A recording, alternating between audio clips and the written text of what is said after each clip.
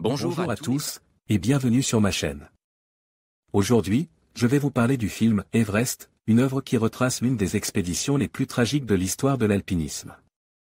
Dans cette vidéo, je vais partager avec vous ma critique personnelle du film, en abordant les aspects techniques, la réalisation, ainsi que les performances des acteurs. Je vais également discuter des thèmes principaux et de la manière dont le film réussit à capturer l'essence de cette aventure humaine. Restez avec moi pour découvrir si Everest est à la hauteur de son sujet. C'est sans attente particulière que je me suis rendu à l'avant-première des Everest hier soir.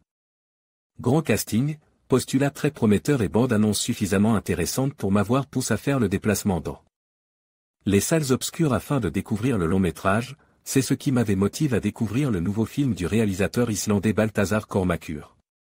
Tiré d'une histoire vraie, le film suit l'expédition d'un groupe d'alpinistes mené par Rob Hall, très juste Jason Clarke, Andan, Scott Fischer, excellent Jake Gyllenhaal, dont le rêve le plus fou est d'atteindre le sommet de l'Everest. Très vite, ce qui devait être l'accomplissement du rêve de toute une vie va s'avérer être un combat acharné pour leur survie. Ce qui aurait pu être une œuvre dans la veine des Into the Wild, prouvant encore la force de la nature sur l'homme, et être une ode à la vie telle que l'était Gravity, il y a 2 ans, n'est au final qu'un film d'aventure longuet, très longuet, et surtout affreusement bavard. Dépourvu de rythme et lisse durant toute sa durée, Everest peine à convaincre tant son écriture est pauvre et ses personnages mal développés. Continuons dans le négatif, car c'est clairement mon ressenti envers le long-métrage, le pathos est beaucoup trop présent, et vraiment lourd. Le réalisateur veut trop en faire dans un final qui se veut poignant mais qui ne l'est qu'à moitié.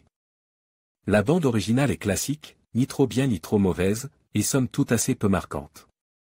L'une des rares qualités qu'on trouvera au long-métrage viendra de Keira Knightley, néanmoins assez effacée pour les besoins du récit, mais vraiment bluffante. On sent une remontée phénoménale dans le niveau de son jeu depuis New York Melody, l'année dernière et The Imitation Game. Janvier dernier, cela ne fait que se confirmer présentement tant ses émotions sont communicatives. Autre bon point, les effets visuels. La 3D est vraiment utilisée de manière intelligente malgré le fait qu'elle soit selon moi très malvenue en la compagnie d'un tel sujet.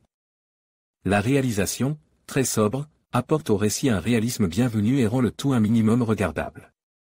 C'est une belle coquille vide que ce Everest, trop peu approfondi dans sa narration pour marquer, bien trop long et inintéressant. Pour captiver, que je ne vous recommande donc pas. Quentin note, 2/5. Everest, de Baltasar Kormákur, sortie prévue le 23 septembre 2015 dans les salles françaises, avec notamment Jason Clarke, Jake Gyllenhaal, Josh Brolin, Robin Wright. En conclusion, la critique du film Everest, par Quentin nous invite à réfléchir sur la représentation de l'ascension et des défis humains face à la nature. À travers une analyse approfondie des personnages et des choix narratifs, Quentin met en lumière les enjeux émotionnels et psychologiques qui sous-tendent cette aventure.